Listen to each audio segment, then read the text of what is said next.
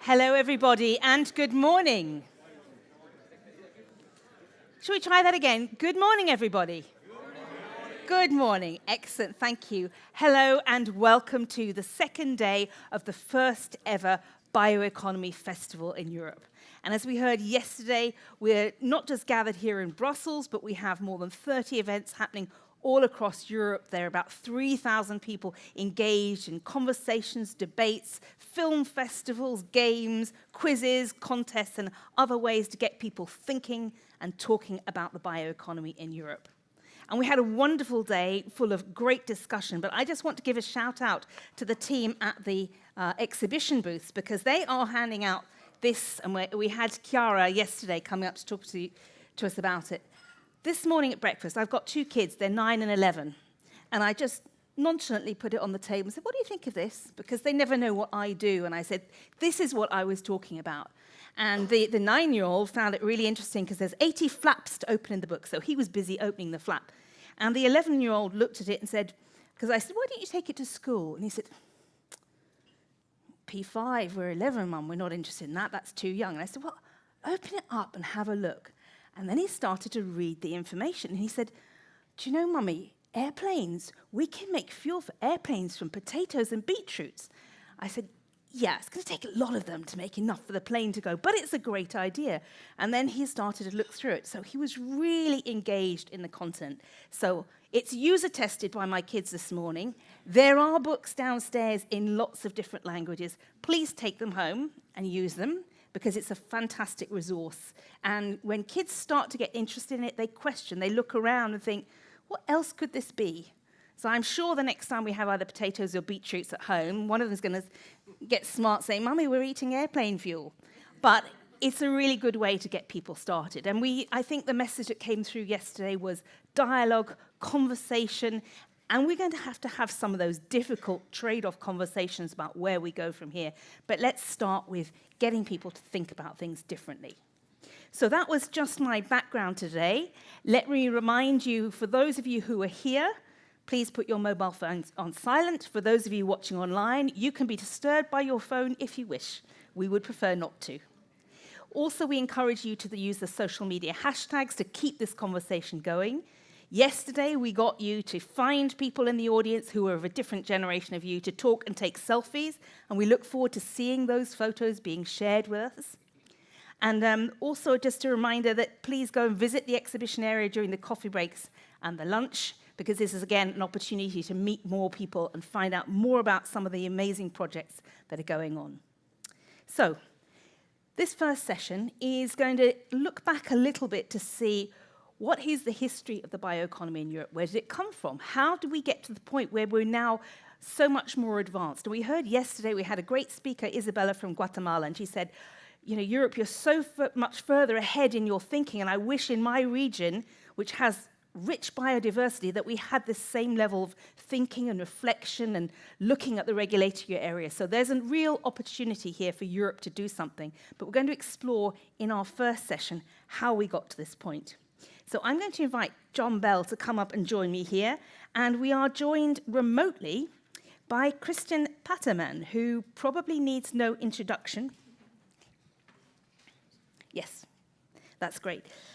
Christian, many people think of you as the father of the bioeconomy, but I know that you corrected that in a recent podcast with our youth ambassadors, which is called Bioeconomy Matters, by the way. Do go and download the podcast.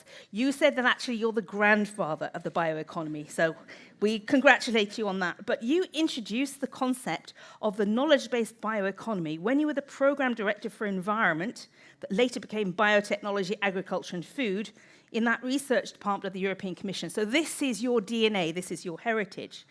Can you give us a sense, how have 40 years of the research framework program paved the way to where we are now, developing this idea of the bioeconomy? Christian. Well, very good morning. I hope you can all hear me. And very good morning to you, Tasmin, to you, John, and also to my dear friends and colleagues who are assembled in Brussels, in particular the young fellow ambassadors. I'm very sad that I can't visit you today because of the strike 2 days ago and some other circumstances. But I have been with you all day yesterday, and I congratulate not only the Commission, but also all those who have been organizing this event, in particular the young ambassadors, for having done that. And Tasmin, as you rightly put out, this is the first time ever on this planet that we have such a Bioeconomy Youth Festival. And it's one of these many premieres which we have. And I'm going to talk about some of them now in a few minutes, telling you how all these things came about. And I love that this is being possible to be done, because normally the Commission is not very strong in celebrating things which were in the past, but it's worthwhile to do that from time to time. Now, when we started with it, 2004, 2005, and we might next year have the 20th anniversary of the KBBE, of the knowledge-based bioeconomy, we were not thinking about a big new political business model, but we were, and now I'm coming immediately to our topics, we were preparing the 7th framework program. And it was just around new ideas in the 7th framework program that we came to the idea, together with our colleagues in OECD and others, to think about the tremendous development we had in the area of life sciences and biotechnology. And we therefore started to go around the world to find allies, and we found them. And only about 2 years after the first big conference in September 2005, which, by the way, was done at the same time in China, only with the difference that the same date, there were 4,500 people. We had in Brussels just 400. We then, just 2 years later, had the theme 2 in the 7th framework program, which was called Knowledge-Based Bioeconomy, Food, Agriculture, Fisheries, and Biotechnologies. Because at that time, and I'm coming to some accompanying elements I don't want to forget, which were also relevant, because at that time there was a lot of talk about the industrial biotechnology, not only about the so-called red or the blue, but the white biotechnology. And this is something in addition, which I want to refer to. We should not only talk about the framework program, but also about the surrounding events which were embedding everything we did there also to some extent in a certain zeitgeist. And for example, in the 5th framework program, we had the so-called key actions. And there was one very important key action which was paving the way for what happened later, which was called the cell factory. And when I listened yesterday to what our colleagues talked about mycelium, the production of the hypes of fungi, etc., this was really anticipating that. And in addition, we had in the year 2002, and don't forget that, as the first continent, a strategy called Life Science and Biotechnology, a strategy for Europe, and that was something very special in the former times, which had review clauses. And I was responsible for that, for the review in 2004-5, and then also 2007, but later on it faded away to some extent. So in addition, we had people which dealt with the establishment of technology platforms which were really offering new potentials for a wonderful cooperation between the troika of academia, civil society, and industry, and also with the member states in the revitalization of the Standing Committee of Agriculture Research, and so on and so on. But don't forget, we started with it intrinsically linked with biotechnology, this concept of the bioeconomy as a research initiative. And it was just a few years later, in the year 2012, that we had the first political and really full-time economy strategy here. And there I now have to give the torch to John, because that was the time where I remember I first met him in Dublin when he was in the cabinet. So in a nutshell, without the framework programs and their mechanisms and embedding elements and a certain zeitgeist, there had not been any bioeconomy in Europe. Oops.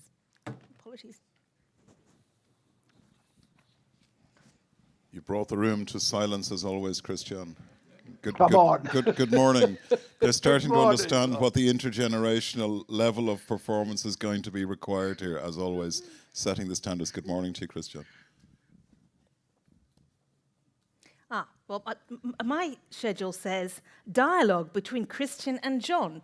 So I'm not expecting to have to do anything at this point, but I'm happy to take an intergenerational baton, if that's allowed. So Christian and John, you've described, from 2002, the genesis of this and how this has moved toward. And you listened yesterday to an amazing range of ideas, and we heard about how things go from ideas at university to early startups, spin-offs. There's the valley of death, and we also heard about some of the challenges that the regulatory and enabling and financing environment has here.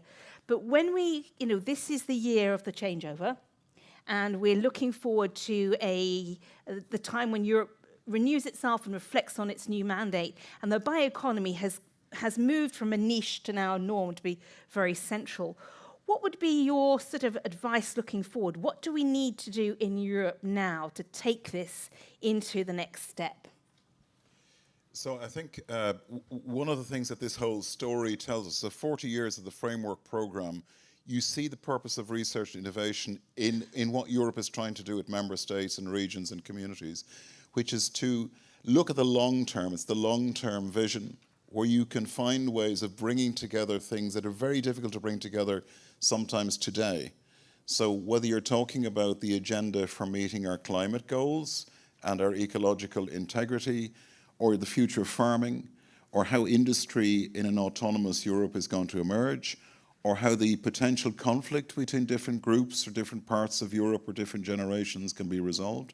Research and innovation over 40 years anticipates the way we can build new solutions together. It uses knowledge without fear, because we're not in the business of regulating. We're in the business of testing and demonstrating and exploring, connecting across. If there's an area that shows how you connect across disciplines, science, policy, research and industry with different levels of society, the bioeconomy has been that example, I think, for, as Christian has said with his leadership, for more than a generation. So what we should be doing again now is, number one, is to be, I think respectful is a very important thing at the moment, because there's a lot of people trying to create diversion and division at a moment where we need to have a decisive decade. We need to be bold. We need to anticipate what we think the questions are that we should be asking, and we need to convene all of the different parts of that answer. So we have to be bold about science, which is why the framework program, remember the fact that the framework program is the largest, the Horizon Europe program is the largest of its kind in the world. It's a statement about who we are in Europe. It's an open, publicly funded commitment to a knowledge-based transition in a society that has to do it in a fair way. And I think the bioeconomy, I think what we will see very soon, the bioeconomy, because it's moved from niche to norm, because the big challenge we have is to convene, and this has been at the center of the inspiration that people like Christian have led forward, and Maiva Ruta, the men and women who've developed this across the generations in the Commission services and in the different areas. This bringing together of a healthy biosphere and a healthy economy, it's a very complicated task now in this particular period. And I think listening to Elizabeth Werner, and we'll hear today from some of our colleagues across the Commission and from other member states and from presidencies, that we need to find a new way of enabling the kind of connections, the kind of competitiveness, the kind of adaptation to climate and ecological circumstances, and very importantly, to bring the communities who make the bioeconomy turn, the farmers, the fisheries people, I see the BBI, for example, and the CBE, the industries that need to compete globally and in a sustainable way together. So I think it's a very timely reminder. If you look at the different steps along the way, where we started, as Christian says, with a knowledge-based view of the kind of technologies that are necessary, with the framework programs enabling and funding and connecting, with the policy in 2012, when we set it out, it was clear then that we would need to have an enabling space where we could work across technologies, the biosphere and the economy, that we would need to regionalise and connect with the rural communities. The review then in 2018, where we started to really hard embed sustainability in different ways in that, to recreate it with our colleagues from different departments, because it's not a research policy. So you'll hear this morning our colleagues from climate and environment and enterprise and agriculture, we've made this together.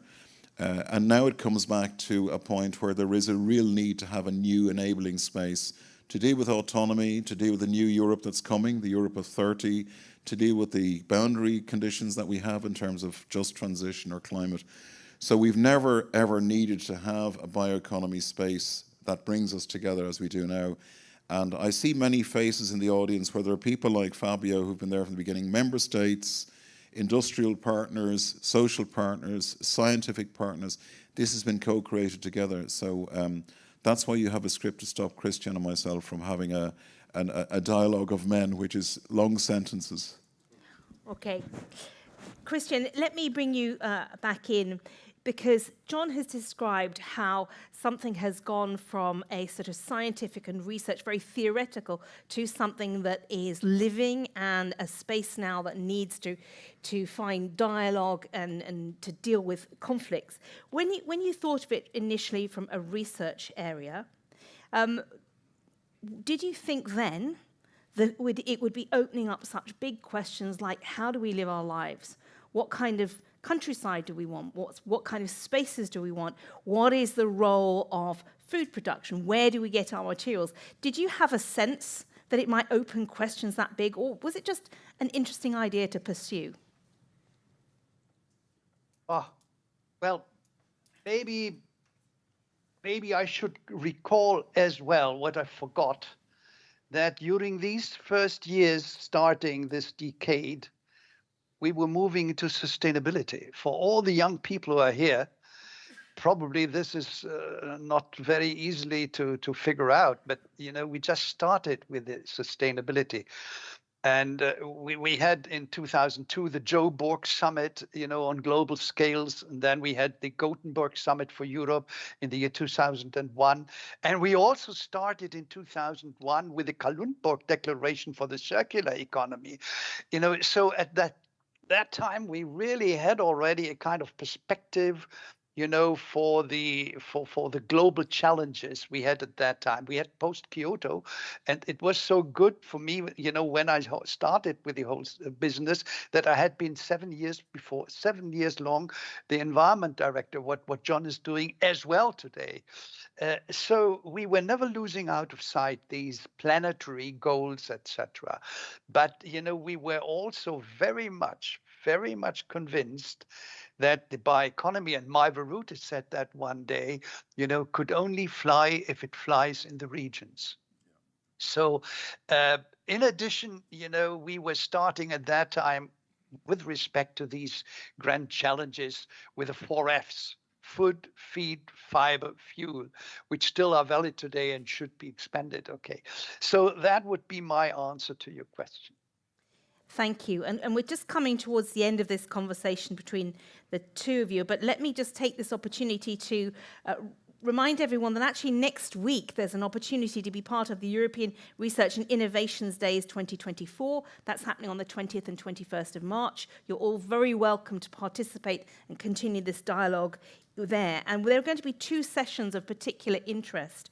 One is going to explain the regional innovation valleys, which again is an opportunity to explore how to bring different stakeholders together to get that critical mass. And it will also give more information on innovation systems for the bioeconomy and food systems. So if the conversation today and yesterday has really triggered your interest, it can be continued next week at those events. So I want to say thank you, John, but Christian, before we disconnect with you, if I had a magic wand and I could invite the European Commission to grant you a wish for the bioeconomy, what would your wish be? One big wish with 3 under wishes or subtitles or sub wishes. Continue, but adapt to new priorities with respect also to adding to niche, to norms, which, by the way, John Bell is the inventor. 8.5 years ago, 10 years anniversary investment summit of the bioeconomy in 2015. That is the first C, continue. The second C is coherence. Please be more coherent in the EU policies and also institutional matters than before. Many, many people ask me to transfer that wish to the Commission and also be very clear, on who is responsible in the future Commission, to spell out responsibilities. And the third sub-wish I would have, please give up the contrast or conflict between circular and bio. We need both, and the EEA is so right. Already in 2018, publishing the motto, the circular economy and the bioeconomy are a tandem under the umbrella of the sustainable development. And this would I like to link with my best wishes and congratulations for the 40th anniversary of the framework program next week. Okay. Thank you very much, Christian, and thank you very much to John.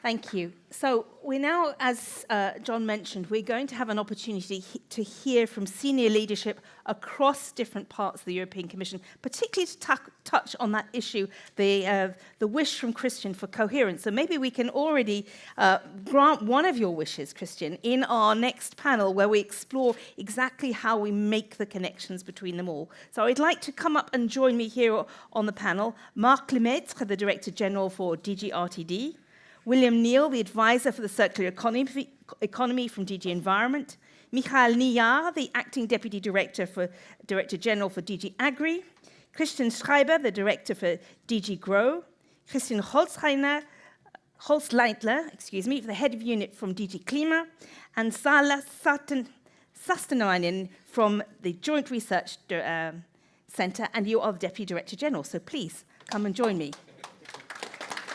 I'm missing someone. Excellent. Thank you. So please take a seat. Now, if it was within our power to grant the wish of Christian in terms of policy coherence, here is our opportunity to explore it, because you've all been invited to provide your perspectives and your elements on this exciting area of the bioeconomy. And I'm going to start because, of course, you are our host, DG. And let's start with you, because what I want to try to understand, Mark, is over the next decade, we've got to make progress. We've got the 2030 SDGs. We know that we've got a big aim for our climates to be addressed by 2050. So there are these big political aims that we've got in front of us. And the bioeconomy we heard yesterday is a key part of that. It's a piece that's really very central. And we want to understand how can a cross-cutting policy issue like the Bioeconomy Strategy, what does it offer to the different DGs who all have their own, you'll have your own policy goals to meet, but how does the bioeconomy support that and give power to your elbow when you want to move forward? So let me start by inviting Mark on behalf of DG RTD to explain that. So please, here's the microphone for you. Well, I won't explain this to colleagues. I will be listening to them very carefully on this. Good morning, everyone. It's really a great pleasure to be here with so many colleagues, so many people who care about the bioeconomy, who want to see it thrive, and especially so many young people. it was, I think, a great opening today to be able to hear where we come from, thanks to Christian and John. But while I could not attend yesterday, I was not surprised to hear that yesterday it was youth that made the difference. And I really think that we desperately need our youth to push us forward on the bioeconomy, as well as on so many other dimensions of sustainability. And Christian reminded that the term sustainability is in fact today hopefully very obvious, but was not that long ago. And I'd like to in particular piggyback on the vision that youth has developed for the bioeconomy and pick out two sentences which I think are very illustrative of why what you called, you know, in technocratic terms, if you allow Tamsin, you know, a cross-cutting strategy. What does it? What's in it for different services? So the first quote would be that in that vision, youth tells us that the bioeconomy is a harmonious system that emphasizes interconnectedness between its parts and supports the well-being of all life. And the second quote is that the bioeconomy is an expression of our collective responsibility towards all life, including past, present, and future generations. So to me, these sentences encapsulates very well why we need to think together to be successful on our sustainability challenges through notably the bioeconomy. I just like to make a second very basic comment on the bioeconomy. What does it mean? Very simply, it means economy of life. And I think that it is a term which is not used sufficiently in our communication generally. And I was struck by one thinker, French thinker, who in fact uses this very, very systematically and says in a stark way that we need to move from an economy of death to an economy of life. And this is Jacques Attali. Some of you might have heard, you know, his discourse on this. And I think that it's very helpful to reflect in such a way to promote the bioeconomy, to say we need to move to an economy of life. Now, where are we today? We do have a bioeconomy strategy. Its latest version dates from 2018, and I think very rightly and solidly it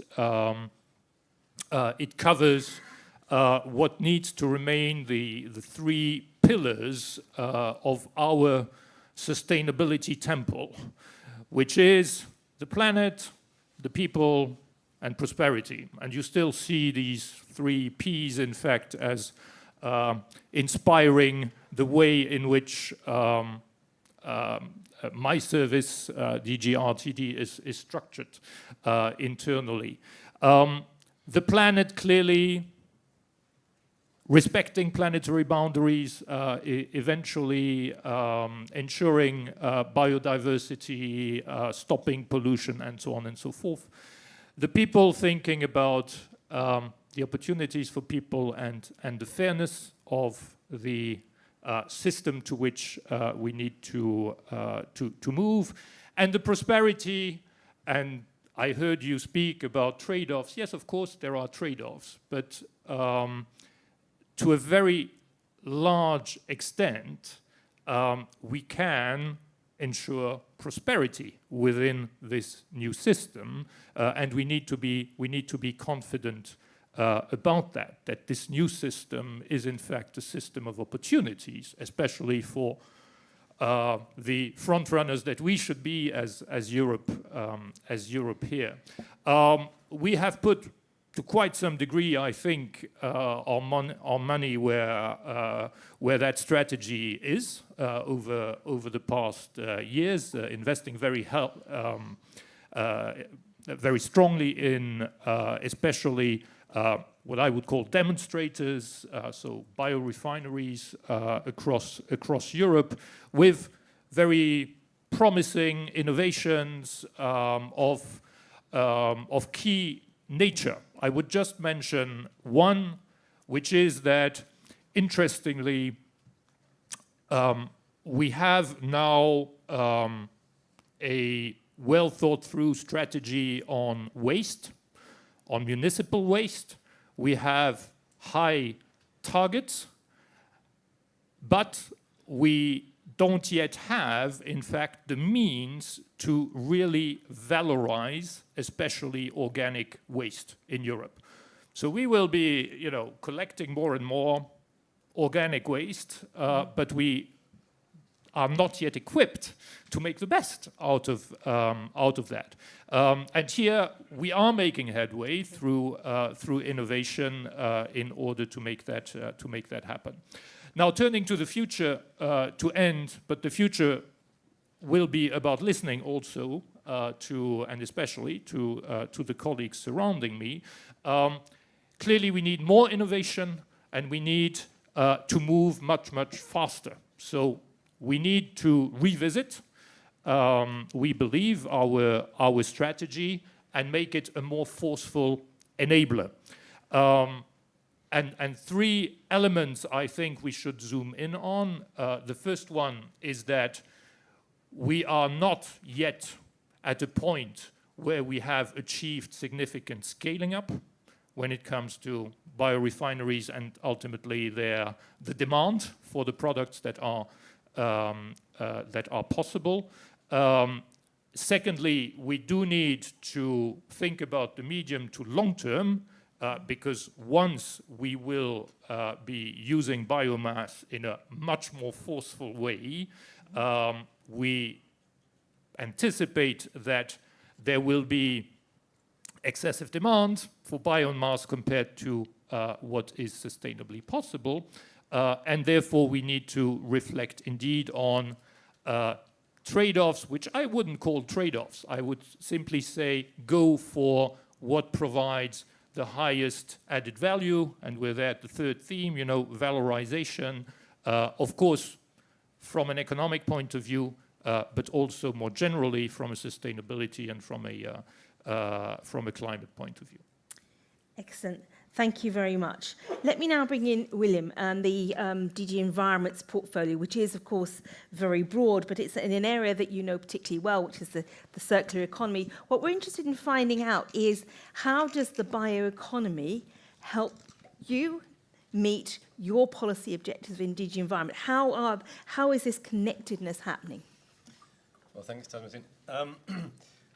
I like to start off by referring to the Bible here, and of course, as a European official. No, just hold it closer to your mouth. Okay. As a European official, the Bible for me is the treaty on the functioning of the European Union, and that tells us what our environmental objectives should be. The first is to preserve, protect, and to improve the quality of the environment. The second is to improve the quality of our health, and you talked about people. It's not just planet and prosperity. People, there's a very strong link between environment and health, as I found when I came through the tunnels this morning on my motorbike here, breathing in the fumes from the cars. The third is prudent and rational utilization of natural resources. And the fourth is climate, and particularly our international work on tackling climate change. And the challenge, as you said, is that we are going beyond those planetary boundaries. So in terms of meeting our environmental objectives, we are really significantly challenged. So how can bioeconomy help? What is interesting is the third of those objectives, for me, isn't just an objective, it's perhaps the most important means to achieving the other objectives. So that's the prudent and rational utilisation of natural resources. Now, in Europe, we use about 8 gigatons of materials per year, and about 1.2 gigatons of that is biomaterials. And about half of that goes for food, about 22% goes to energy, and 28% is going to materials. Now, in that equation, in that mix of materials, biomaterials offer us a lot of opportunities, a lot of solutions, partly in substitution, so we can try to substitute fossil materials with biomaterials where that is more environmentally favourable, but also ecosystem services themselves are actually providing very valuable defence against things like flooding. They're actually cleaning our water. They're providing valuable economic services. And restitution of degraded ecosystems is very important in meeting our climate and our biodiversity protection objectives. Having said that, the bioeconomy is also, the other side of the coin is that bioeconomy is very much exposed to risks from climate change and from biodiversity loss. And there's been a recent report by the Environmental Agency, the European Environment Agency, which has shown that at the moment the level of risk to food production from climate change is what they class as critical. And in southern Europe, they predict that in business as usual, that would move from critical to catastrophic before the end of the century. So there is a real danger there. We're also already seeing that between 60 and 70% of European soil is considered as not being in a very healthy state. So that's not only due to bad farming practices or bad management, it's very much also due to climate and biodiversity issues.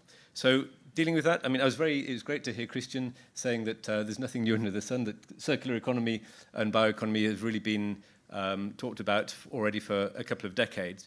But what we need to try and do is maximize the solutions we get from bioeconomy and minimize those risks through that prudent and rational management of resources. The way we do that is through circular economy. Circular economy means resource efficiency, so it means getting more out of every ton of materials, including biomaterials. It means retaining the value of those materials as they go through the economy, using them, getting maximum functionality for as long as possible out of them. We call that a circular principle. In bioeconomy, we call that cascading, and I think the two are absolutely in line with each other. Thirdly is reducing waste. We waste 30% of the food that we produce, which is not okay. And as you said, Mark, the final one is actually managing that waste. And from the 1st of January this year, there was a separate collection obligation for bio-waste from municipalities, but we really don't have, I mean, you can collect all that waste, but then what do you do with it? And we really need to think about how many we can create jobs in rural areas through this kind of thing. Actually, if we manage that bio-waste really well, we could provide 10% of the gas needs that we need in Europe from that bio-waste. So there's a lot of fantastic opportunities there, and there really is a very close congruence between bioeconomy and circular economy, and as John said, how we defend the biosphere and our economy. Thank you very much, William. Michael, if I can bring you in now from looking at the area of agriculture, how do you see the bioeconomy figuring into the future visions that you're setting out for agriculture in Europe, and therefore the agriculture policy that's designed to deliver that vision? Yes, thank you very much, and thank you very much for the question. We all know when we look at the television, at the news in these days and in these weeks, that agriculture and the green transition is very much on top of the political agenda. You probably don't have a single day where you don't report about farmers' protest and so on and so forth. And one of the big problems of this discussion is that we focus very much on problems and we don't focus on solutions. And there the bioeconomy comes in because for me it is part of the solution. It is a possibility of turning the challenges towards the green transition into opportunities for the farmers, for the foresters. I mean, they are the backbone of the whole bioeconomy because they provide the raw materials, the fibers, and so on and so forth. So that is the good part of it. Where do we see the challenges? Let me start by saying the bioeconomy is something that in 20 or 30 years ago was a little bit the tourism, where we said the farmer should no longer be solely responsible on the production of agricultural products, of food and feed, but they should diversify. They should have a second pillar for their income. And the bioeconomy can be that second pillar in the 21st century. I think that is very, very important. Now, how to make it happen? What is the biggest challenge of it? And that is presumably something which is very similar to what we face in the traditional agricultural sector, namely that the farmers, who are the relatively weak part of the value chain, need to get a fair share about it. If you want to mainstream bioeconomy for the farming, for the rural areas, what you need to do is you need to make it a win-win, and you need to make the farmers and the agriculturists and the foresters getting a fair share of the income, because then it will be part of the solution and it will be part, so to speak, the second pillar. And that is something that we see in many areas, and I think it's also true for the bioeconomy, that because of the overall systems, how the economies are working, farmers very often are the weaker, or not to say the weakest, chain in the overall chain, and therefore, or the weakest part in the overall chain, and therefore this is something that we need to tackle. And with the Common Agricultural Policy, we have made bioeconomy as one of the specific objectives for the period 2023 to 2027, and I'm 100% sure that this will continue for the period beyond 2027. And we need to work on that, because then indeed you can mainstream it, you will create the incentive for the farmers and the foresters to take it up much more actively than what it's currently done. I think it's not only a thinking, it is a growing area. I mean, we have something around 70 million people in Europe working in this area with 650 billion, but there is more potential in it, and we need to exploit that potential, particularly for the agriculture sector. And then I think that really is a win-win situation for the sector for which I'm responsible, but also for many, many other sectors. Excellent, thank you very much. And I think that the comments that you've made echo some of the messages that came through yesterday, which is, making sure that there is equity and there is a role for farmers, a voice for farmers, and that there is a sustainable livelihood for farmers in this future. So thank you for highlighting those elements. Let's now turn to DG Klima. Christine, can I invite you to help reflect on this? Of course, given the name of your DG, those ambitious climate targets are ticking away and weighing heavily. We've got to meet these targets. We've committed to do them. Can you tell us how you see the bioeconomy being part of that, how it helps you to meet those targets? Yeah, hi. Good morning. For sure. We have this one big target for 2050, to make Europe climate neutral. So this means by 2050, we shouldn't add any more CO2 to the atmosphere, on balance. So for that, in the first place, we need to reduce our emissions. But we also need to get better to remove actively CO2 from the atmosphere and to store it in our forests, in our soils, the biomass we get out of our forests, so many more long-lasting products. And then finally, we need to put a share of that CO2 back from where we've taken the carbon initially. So we need to put it back, like in the empty gas fields of the North Sea. So what we need to do is to replace these fossil value chains that are bad for the climate by value chains that are good for the climate. And here, of course, the bioeconomy comes in. So if you take, for example, a forest, a tree grows optimally for 60, 70 years and takes the CO2 out of the atmosphere. And then we should harvest the tree, and we should use the biomass, the timber, in a very long-lasting, sustainable way. For example, as building materials. Wooden buildings is a great way how, in the future, we should construct the homes we live in, the offices. So it's about then there storing the carbon in the building for another 50, 100 years. So at a certain point, you will have to demolish the building, you will have to incinerate the biomass. But then you shouldn't let the CO2 go back to the atmosphere, but you should capture it. And then you can use it as a feedstock, for example, for the chemical industry, for producing very durable, very sustainable bioplastics, packaging. Bioplastic packaging that you can use maybe for another 20, 30 years is another great way of how to use these valuable resources that we have in the bioeconomy. And then maybe you want to re-incinerate it again, and then finally store it, as I said, in the empty gas fields of the North Sea. And then overall, if you look at the whole value chain, it's good for the climate because you've taken the CO2 out of the atmosphere, you've used it, and finally you've put it back from where you've taken the carbon initially. So this is where we need to get to, into a climate positive economy, industry. And this is clearly where the bioeconomy plays a role. So by 2040, 2050, if we talk about climate policy, we will talk about the bioeconomy.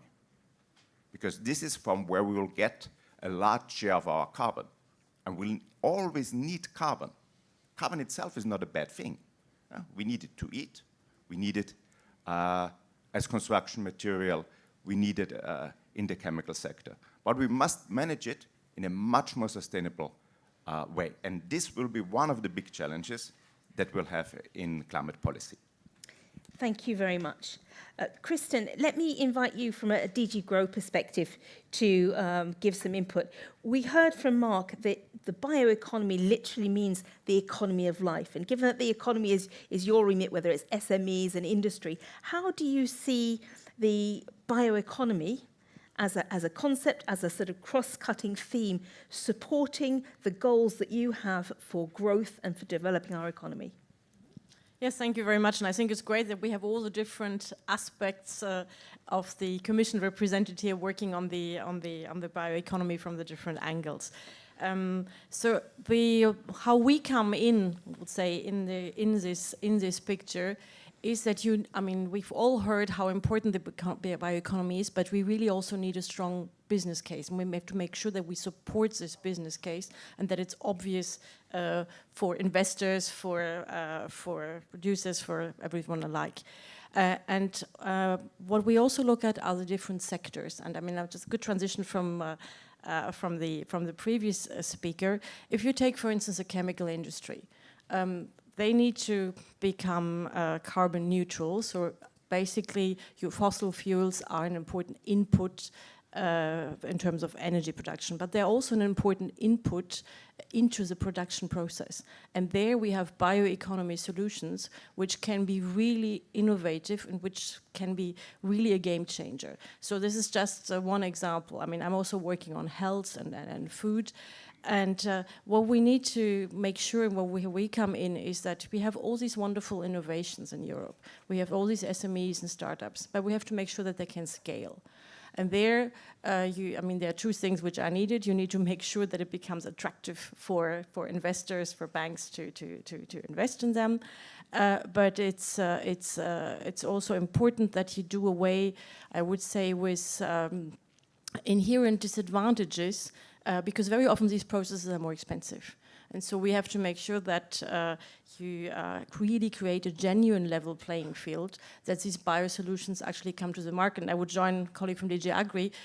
Things work if there's an interest in it for everyone. And there is. There's a huge potential. We have so many biosolutions. And actually many sectors are being revolutionized with this aspect. And one final thing I would like to say also from a DG Grow perspective is the whole concept of resilience of the economy and what we always call open strategic economy. We don't want to be completely cut off from the rest of the world in Europe, but it's a very important aspect that through biosolutions, through the bioeconomy, you decrease your dependency on other geographies which may not necessarily have the same political democratic approaches than we do, we've seen it with COVID, we've seen it now with the Russian invasion of Ukraine, with very disrupted supply chains. So in addition, I would say, to doing the right thing with the bioeconomy, we also have these strategic considerations, which can be very important if you find actually solution in Europe and much closer to Europe, where you're based. Thank you for that, Kristen. Salah, can I invite you to reflect a little bit on the role of science and how scientists and the JRC could support some of this joined-up policy thinking that's happening here? Yes, thank you, and good morning to everybody. Yes, our policy is a science for policy.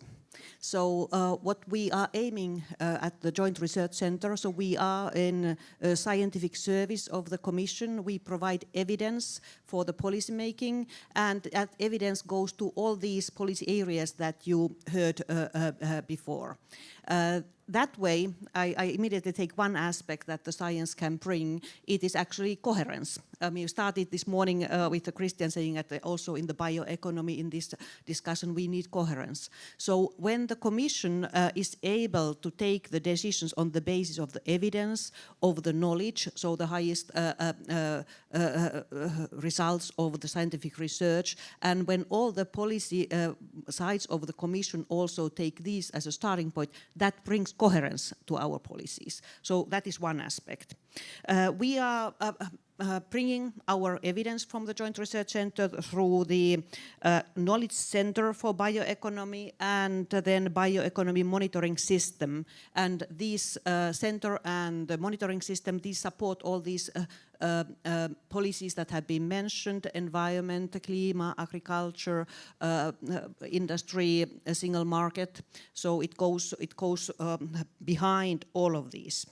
And that means that, for example, we have recently produced reports on the biomass supply and uses in the EU, or on the trends of the bioeconomy.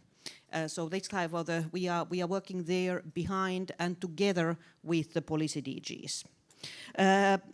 Second point, what the science is looking and the research is looking is or what comes out is the need for a holistic approach to this area, and that comes out also from these reports.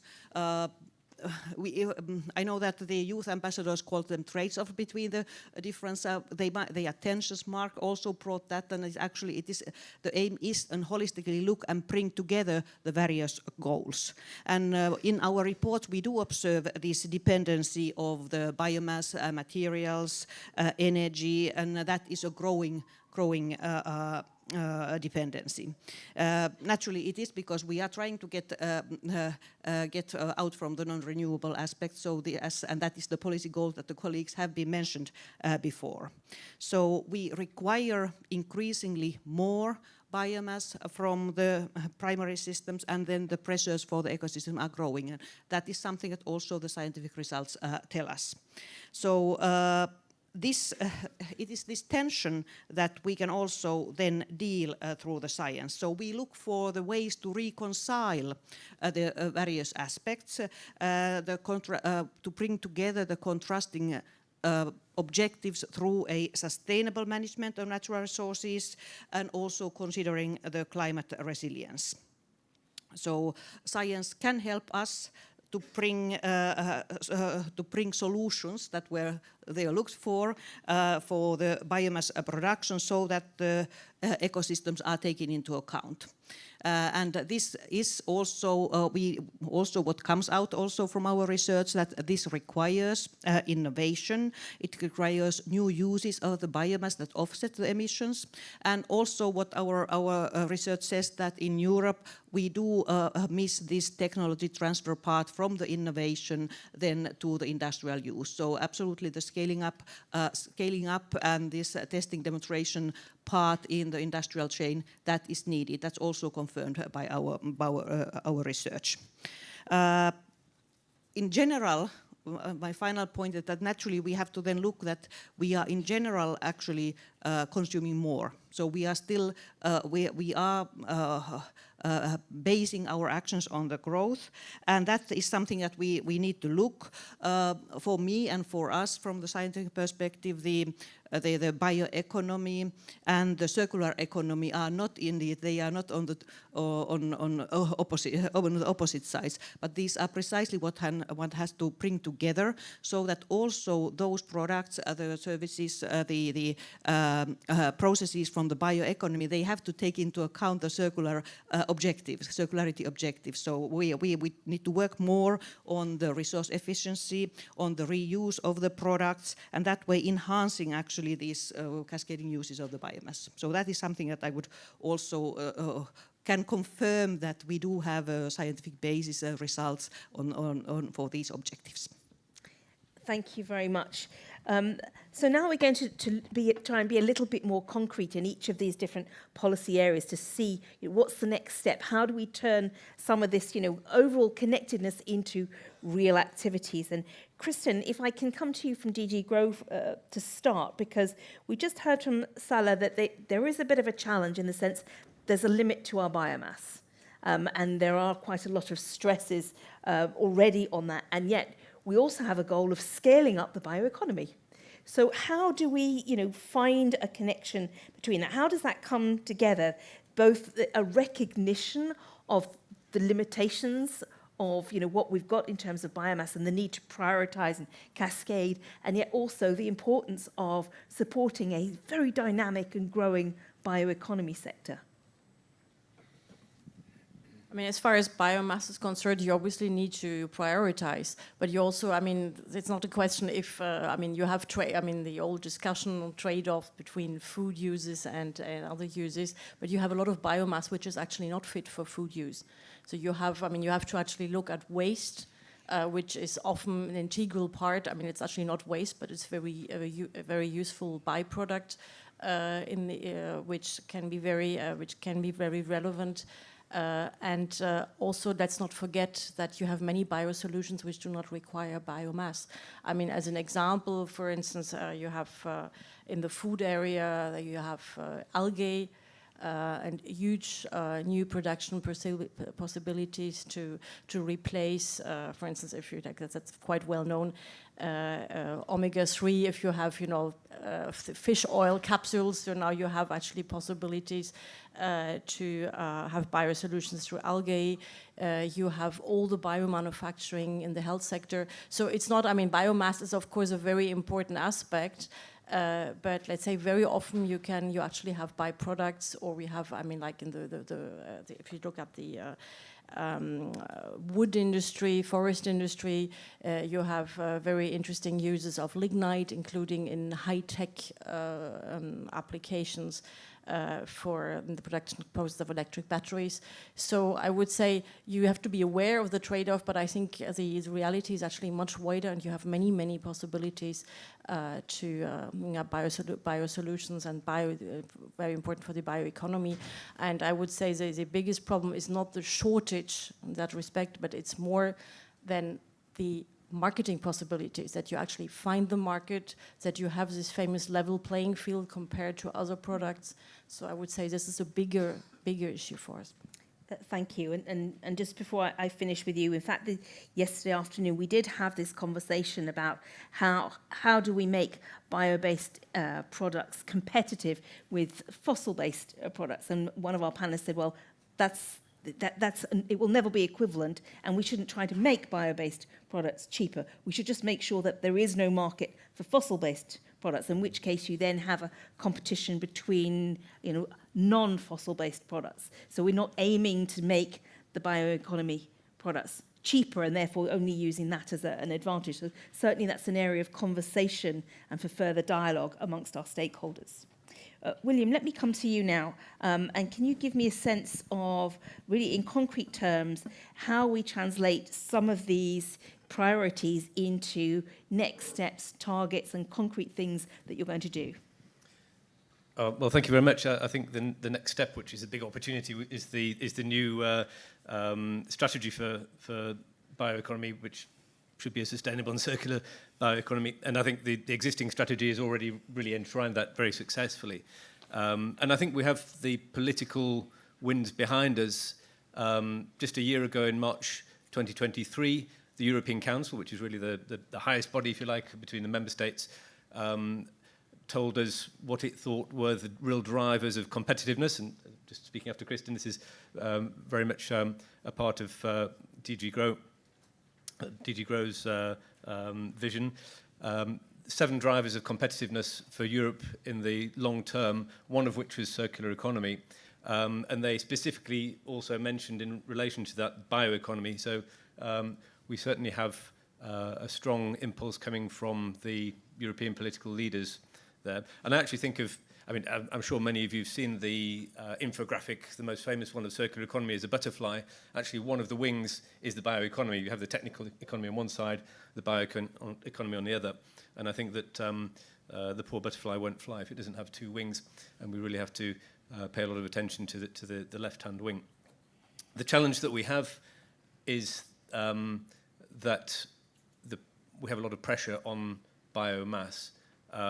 Recent research has shown that there is a biomass gap by 2050 of between 40 and 70% if we continue with business as usual.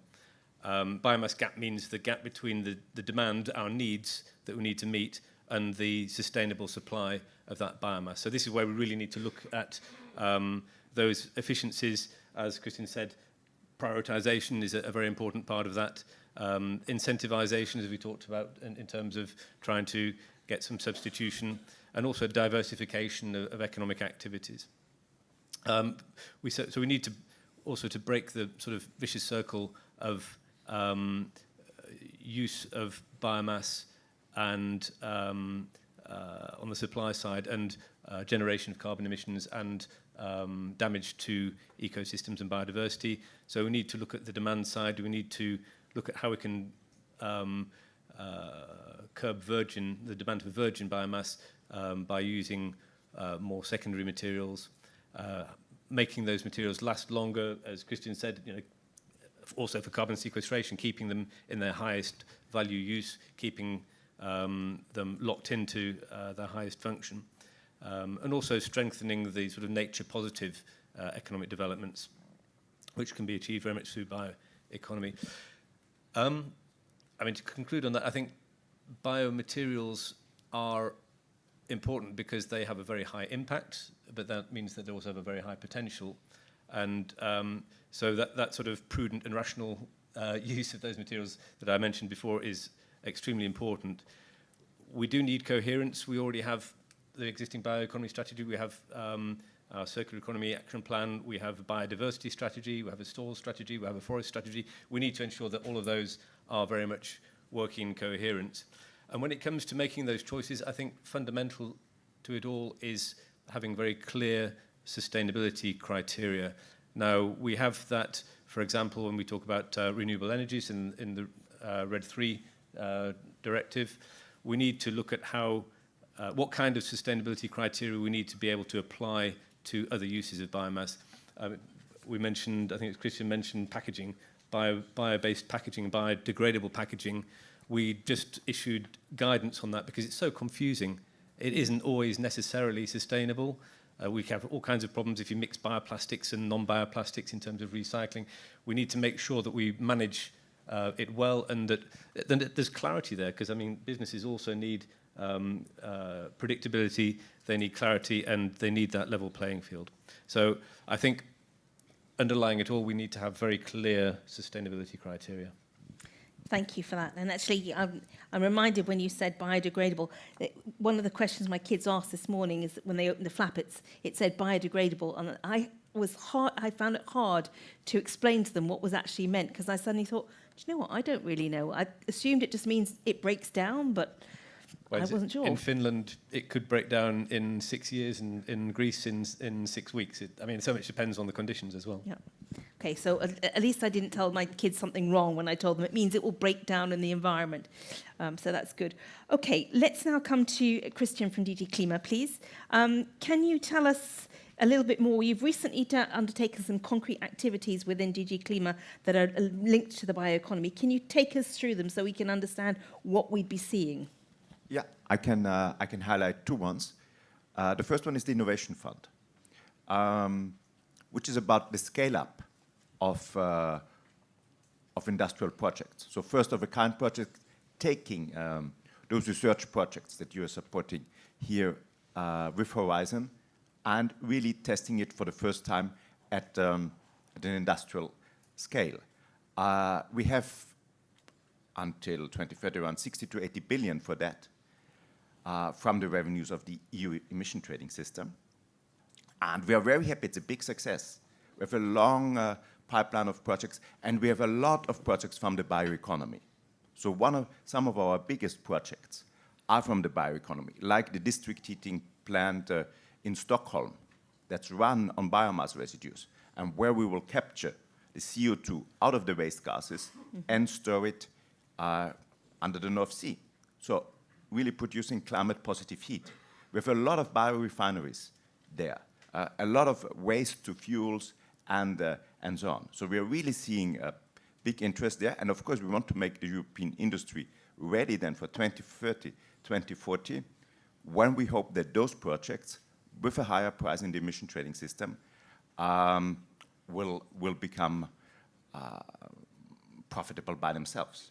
And the other thing we are doing, we've just concluded the negotiations with Parliament and Council on the certification of carbon removals, carbon farming, and carbon storage in products. So we want to give the right incentives along the whole value chain of the bioeconomy to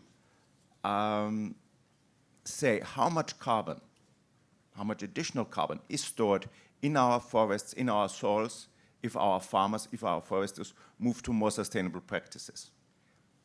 If we do more wooden buildings, how much additional carbon is stored there? If we use the CO2 from the waste gases of heat production and store it geologically, how much more carbon is stored there? And with the certification, we will quantify exactly how much this is. And we will not only look at the carbon value, but also on the sustainability, because we want that this is done in a sustainable way. So for example, for carbon farming, we require that it's also good for biodiversity.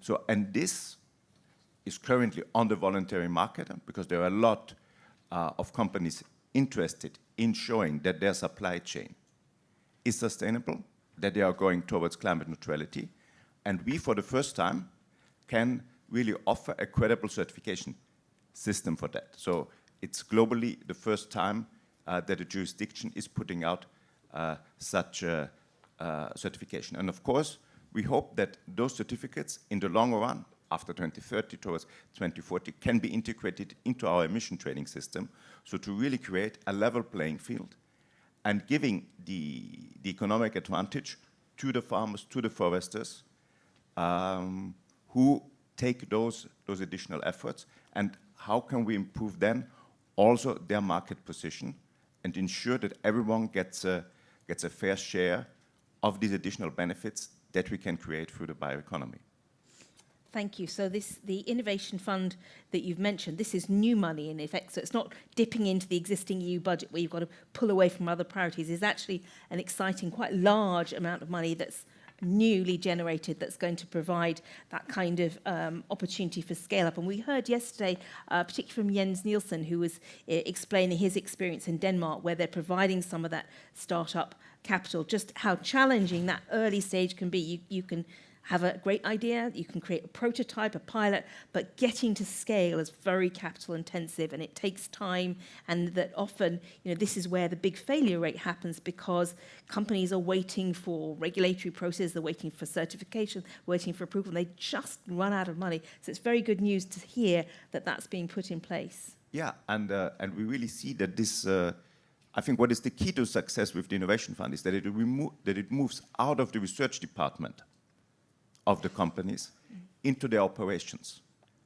Because as we're, for example, we are financing the biggest steel plant run on green hydrogen in Sweden, and it's a big thing for them. They are changing really their facility And this is an investment for the next 50, 60 years. And so there the whole company, including the CEO, is involved. And you see then, of course, the difference between if you just talk about a research project or if you really scale it up and give them the confidence to really invest into something in which they then in the end also believe, because this will be their competitive advantage for the next 50 years. Okay, thank you.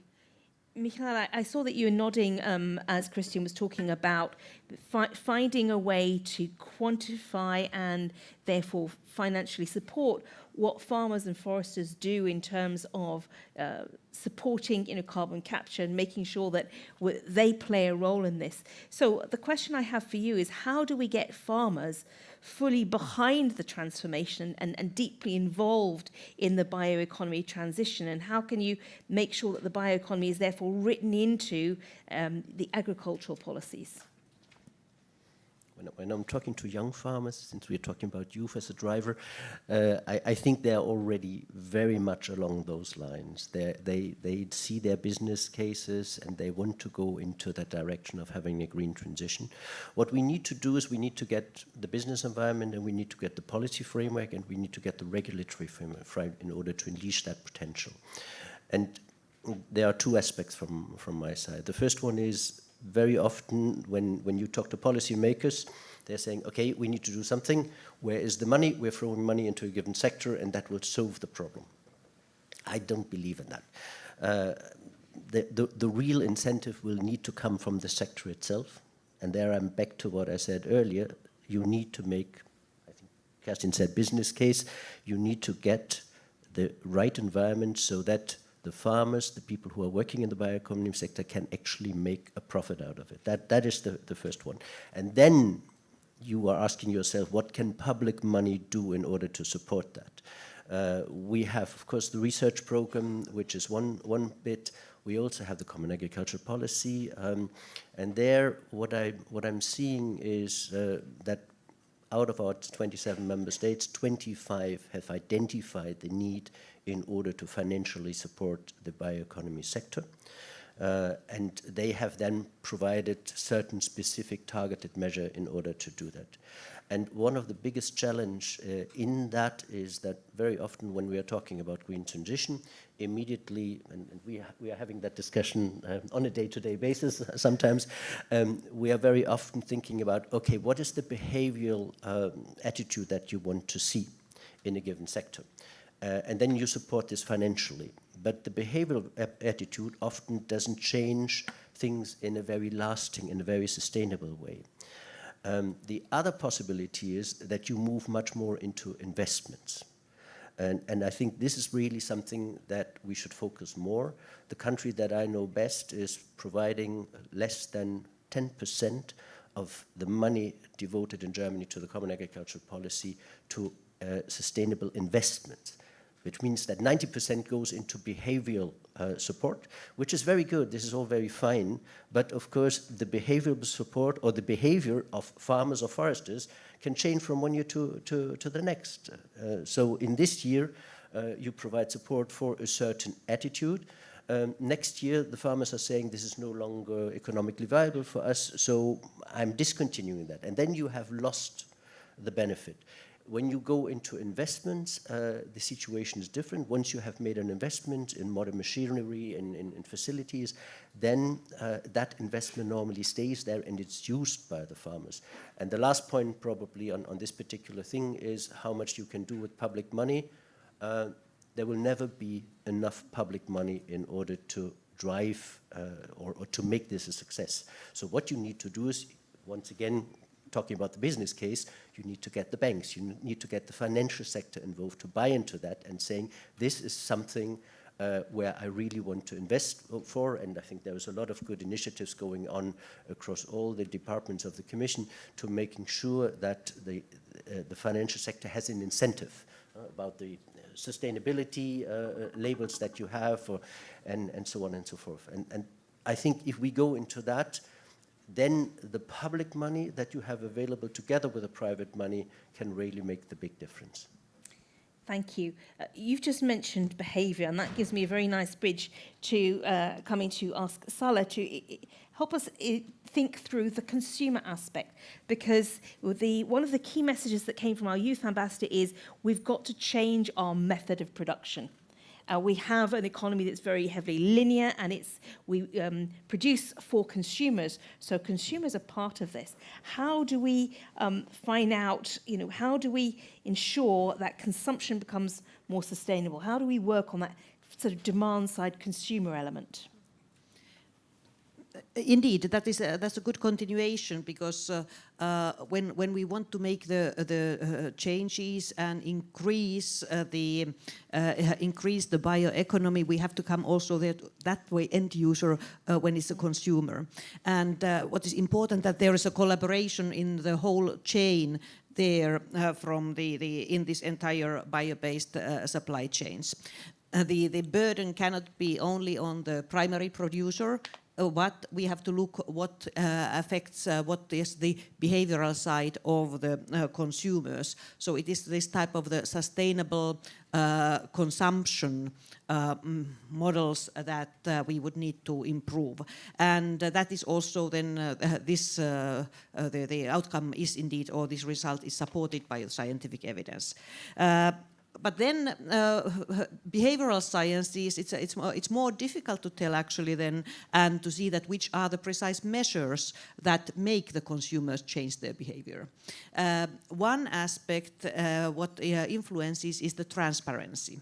So the consumers also want to know, so there are part of the consumers who are making conscious choices. So that means that they need the information, they need the transparency on the facts, on the evidence that tells them on the impacts of the products that they choose.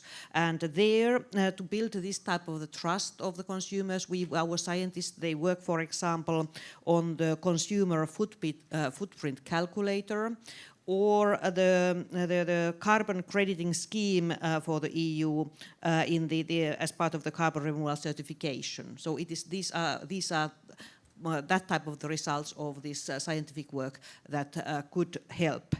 On the other hand, we do know that the consumers also they are following the price. So that is the behavior, I mean, that is the markets. So it means that the bioeconomy sector, it has to be able to be profitable, and at the same time offer the European consumers the products at the fair price.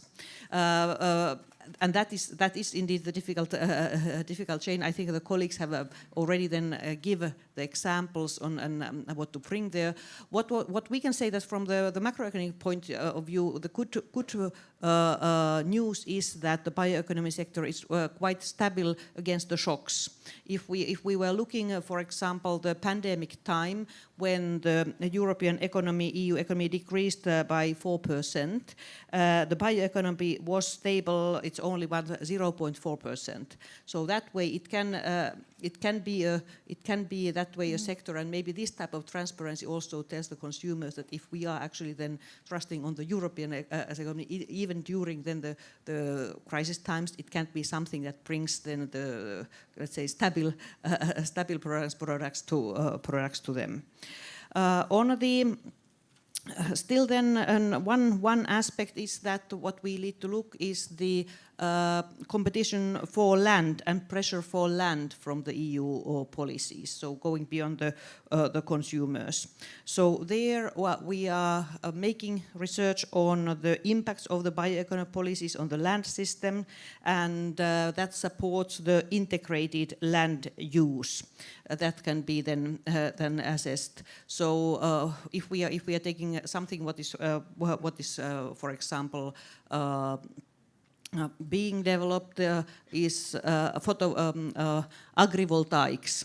So the production of the agricultural products by at the same time producing the solar energy through the photovoltaics. So there can be this type of the integrated solutions that bring the different types of the use of the land at the same time, and that will also help then the bioeconomy aspect.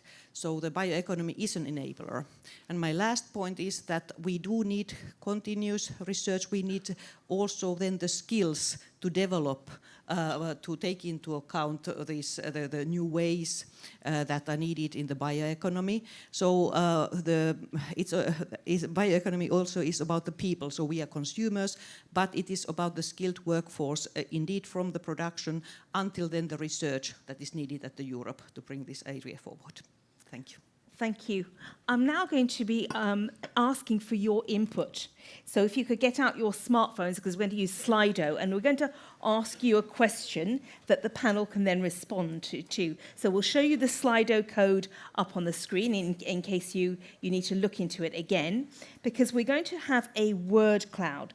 And the question we're asking you is, what are the most urgent measures that Europe needs to take in order to enable a sustainable and circular bioeconomy in Europe? Now, you've heard what each of the different DGs are doing in their own areas, and we've heard, there are connections across all of them. But what we want to understand from you is what should be at the top of the list? What should be the most urgent things to do? And then I'll ask our panel to reflect on the messages that we've heard, we're hearing from you. We've had some really good conversation here on the panel about investment issues, about the challenge of making sure that the money is going for sort of capital investment rather than just focusing on behaviour change, that we've heard about the importance of fairness and making sure that particularly farmers and foresters and others get the full value out of this transition. We've talked about the importance of, transparency, credibility of certification, so that consumers know and can be confident about what they're doing and use their consumer power to meet their values. We've talked about, the enormous potential that science is delivering, but let's see what people are coming from. And it looks like at the moment, right in the middle, coherency is the thing that people are looking for. And I remind you, that was one of the wishes that we had from Christian Patterman this morning that could be granted in. But here we're starting to see a few other things, and I'm going to invite panelists to think what they might like to reply to. So, Michael, maybe there we've got encouraging farmers, less land for feed crops. People might also want to pick up on skills, youth, leadership.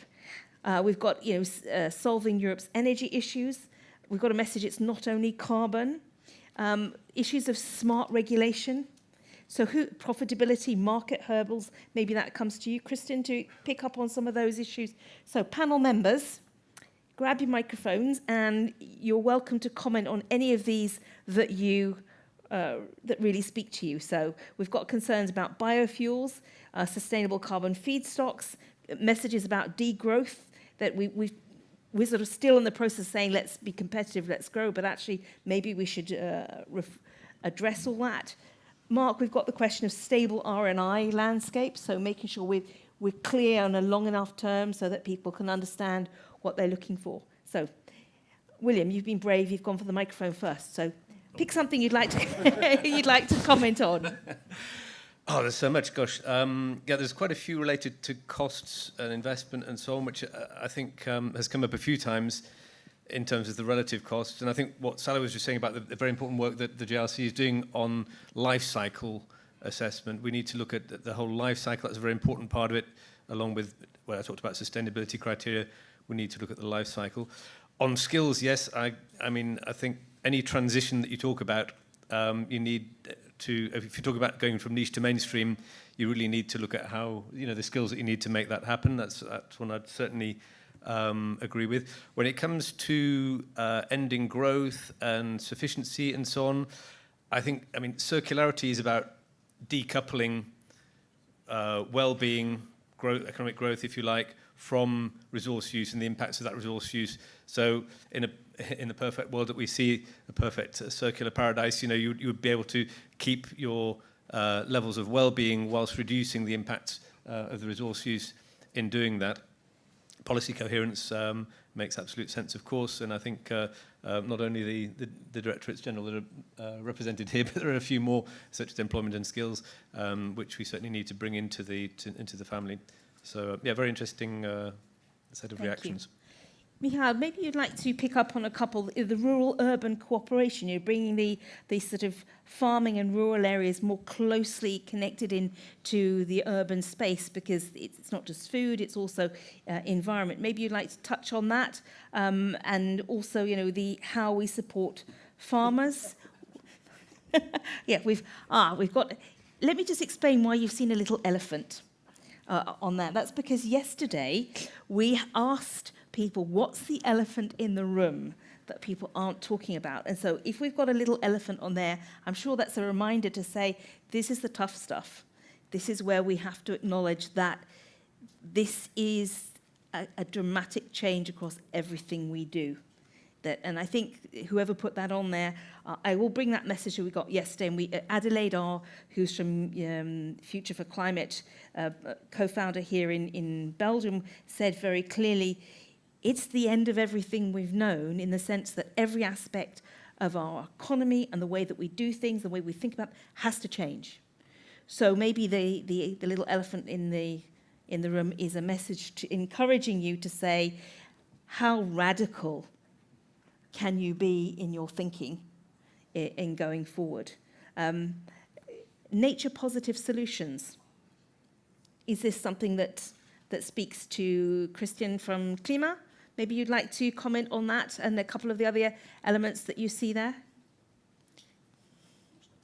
I should warn, this part of this wasn't scripted. I personally was supposed to just comment on the Slido, but I am taking advantage of having the panel here, and they weren't prepared for any of this. So apologies if it's less smooth than you would expect. Christian. Yes. Nature positive. I mean, we also heard before about how our soils are degraded, about the impacts of climate change, and how also I think, like for example, a lot of the big food processors are more and more concerned about their supply chains, and you see it in the prices for some of the food that are really like increasing, doubling, tripling, and so on. So it's really a supply chain risk, also.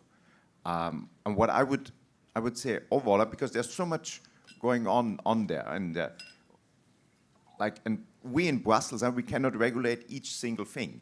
No. What we need to do is to create the right market conditions. We need to create the right framework for all the creativity that is out there, and to enable that. And we should follow. Shouldn't follow in the trap that now every one of us picks one and says, yeah, I can do that, that, and that. We need to have an idea, how do we create really one coherent market on that? Because also, I think, as Michael said before, public budgets are very limited. And we really need to enable the private finance to go into this, and to make it attractive for all the big private money that is out there to invest into a more sustainable bioeconomy. Thank you. Michal. There's the elephant, and I wonder whether that elephant is one of the words that I thought we would be seeing, but it is not on the screen there, and that's the question about the stability. Because when you say we should radically change, what are we talking about? Shall we radically change the regulatory framework, or shall we radically change the way how we are producing, how we are consuming? And I think it's the latter. At least when I'm talking to business, to the farmers, they say, for heaven's sake, we need to have a little bit of predictability and stability in the regulatory framework, because we need to plan, and we are not planning according to the life cycle of the Commission of 5 years or the life cycle of the MFF of 7 years. We are talking about something much more longer, and I think that is also true for everything that Christian has been doing. And then you're creating these enabling conditions in order for the people to invest and get into new business models that they haven't seen before. So for me, the elephant in the room is really, to make change, you need to have a little bit of stability. Not a little bit. You need to have certain stability and predictability of what we're doing. What I find here interesting is that the NGTs are coming over, and that brings me to my last sentence, is this is also part of the solution. We should think much more about the issue, what are the solutions that we can offer to the sectors, I mean, in my particular case, to the agriculture sectors, in order to go into the direction that you want them to go. Thank you. Just for people, if they don't know what an NGT is. Sorry. Those are the new genome techniques or new Right. breeding techniques. So basically it's this idea that hopefully in something around 10 years' time, we will have crops which are much more resilient to drought, for example, so that you are creating the possibilities of growing these crops without the same level of input that you would currently be needing. Thank you. Kristen, please go ahead. Could we keep our Slido back, please? Just so that we can...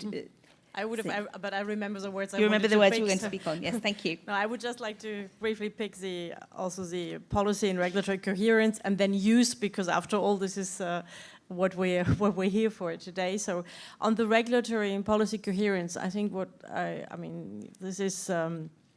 We mentioned already that it's quite crucial. I think it doesn't only concern the European level, but also national and regional level. And just as a very easily understandable example, take public procurement. If we want to make sure that bio solutions, bioeconomy has a good market uptake, then everybody also has to commit to look actually at criteria which would take this into account. So we already have the possibility under EU legislation to take into account beforehand environmental or social criteria, but very often member states just look at price. And then by definition, or not by definition, but very often that solution will not be retained. And if I take, for instance, also an example of the health sector, there you have also, I mean, biomanufacturing, which is not necessarily less expensive. And we've seen it with COVID, where we ended up that basically we were completely dependent on imports. So that's why actually in the medical field, we already have now some member states who will actually allow to do that, to say that 50% of the production has to take place in Europe. And this can be often biosolutions. So that's one thing. I mean, regulatory policy coherence. And on use, I think, in the discussion, I mean, I have the benefit of having 3 20-year-olds, I mean, so having lots of discussions with young people. And I think the issue is really that in terms of consumers, and you hinted at that, we have to consume the way we want to live. And I think it's not something which only applies to young people, it applies to everyone. But I think it's really a matter, if we want completely transformational change, this is, I think, a very important aspect. And I mean, I'm also dealing with retail. If you still want to have vibrant inner cities, you occasionally have to buy something in a shop in the city center, otherwise this shop will disappear. And the same if you want to come forward with biosolutions. It doesn't mean that you have to always necessarily pay a premium price, but you have to actually also support through the consumer way, because consumers are, I mean, have an extremely powerful message. And I think all this, I mean, together, because I don't believe, I mean, I've been a regulator for the last 30 years, but I don't believe that regulation is everything. Regulation is important and can stimulate and, of course, sets a stable framework. But then for the rest, you need a lot of other incentives if you want really something to work and to have a strong business case. Thank you. Sala, I'm going to invite you to have a look at that and make a comment. And then Mark, the task for you will be to see how research can contribute to this. Many interesting points. I chose there the regional bioeconomy and bring the aspect indeed of the regional cooperation between the research and development, the local and regional authorities, and the industry in the regions. We have brought forward the concept of the Partnerships for Regional Innovation, PRI, where we have made an economic research showing that this collaboration in the regions is bringing economic benefits, and that can be then applied in various sectors. That could be can be applied also on the sector of bioeconomy. So it is this type of governance that we need to support, and that is then EU is also supporting through the cohesion work. So partnerships for regional innovation are a tool that can then strengthen also the bioeconomy aspect in the regional level. Thank you. So, Mark, I'm going to invite you, as we wrap up this before we go to the coffee break, would you like to sort of see how all of these different elements comes together and, you know, how you see the way forward for DG RTD to support this thinking and these ideas?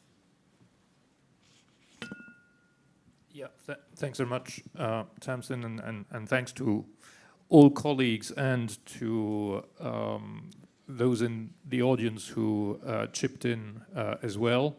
I would say that we have here a lot of food or biomass for thought, and that's very good. But we also have a very clear demonstration that we are at a juncture where we need to be very serious about a whole of government approach.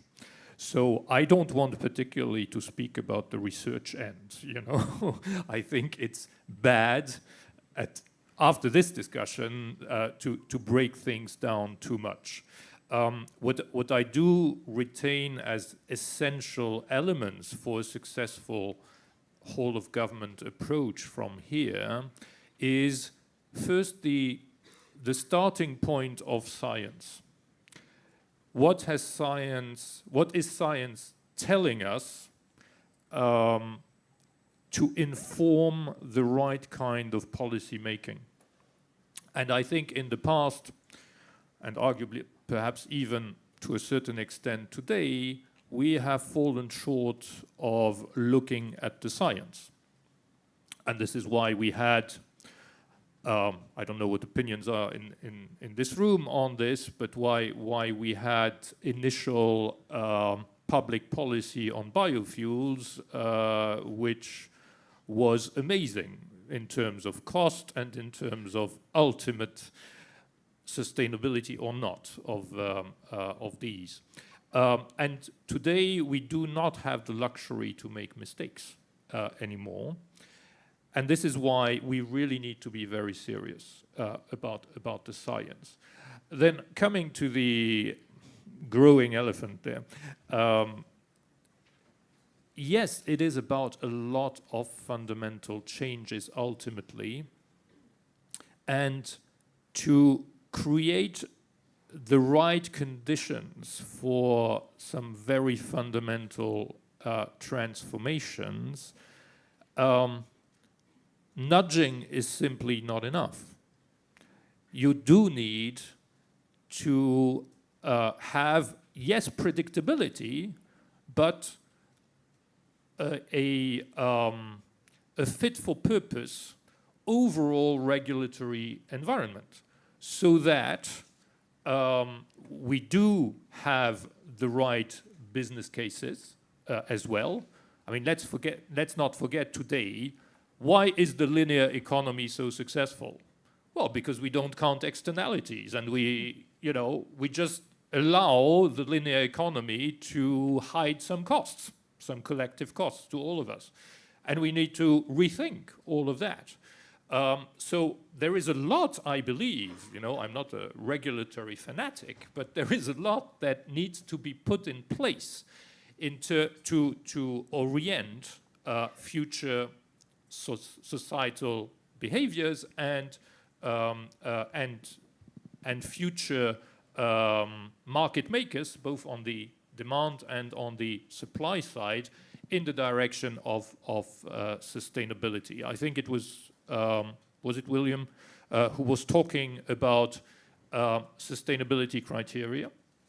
And here again, we have the science, and we need to indeed put sustainability criteria much more at the center of then our developing the regulatory framework. There is an enormous lot that needs to be reflected upon there. But of course, we don't today have all the technologies, all the solutions that we need, and so there will be a need for sustained research efforts. NGTs were mentioned here, new genomic techniques, indeed.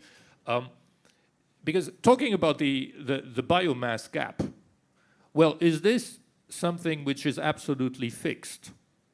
I'm not sure.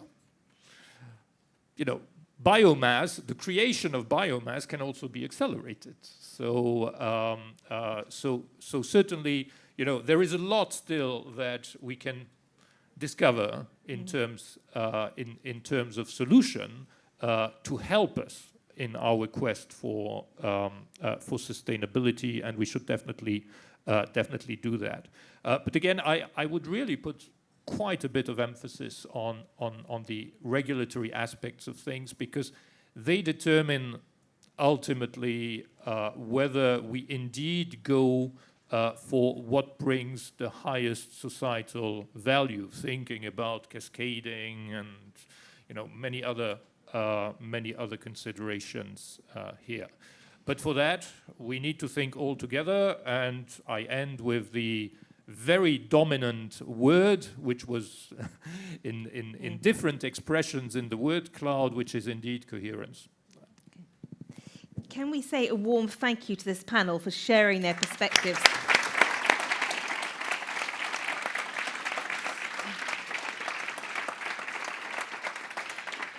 So let me just tell you what happens next. Obviously, you're going to get a coffee break, but you're not coming back here in plenary. You are going to be going to a breakout session. And we've put here up on the slide where each of the breakout sessions are happening. Now, because of the physical realities of the hotel, certain rooms are small.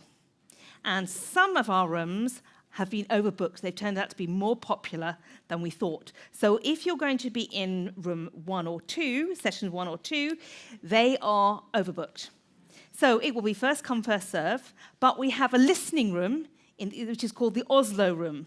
Actually, we want to bring people here. This is because this is where we'll have plenty of space. So we're going to start promptly at 11:15.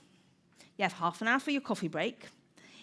Go and get the chairs that are in those rooms. If you arrive and the room is full, you are most welcome to join us here, where I can tell you, because I'm moderating it, it will be another fabulous session. So can we say, again, a thank you to everyone who spoke, and to you, and happy coffee break.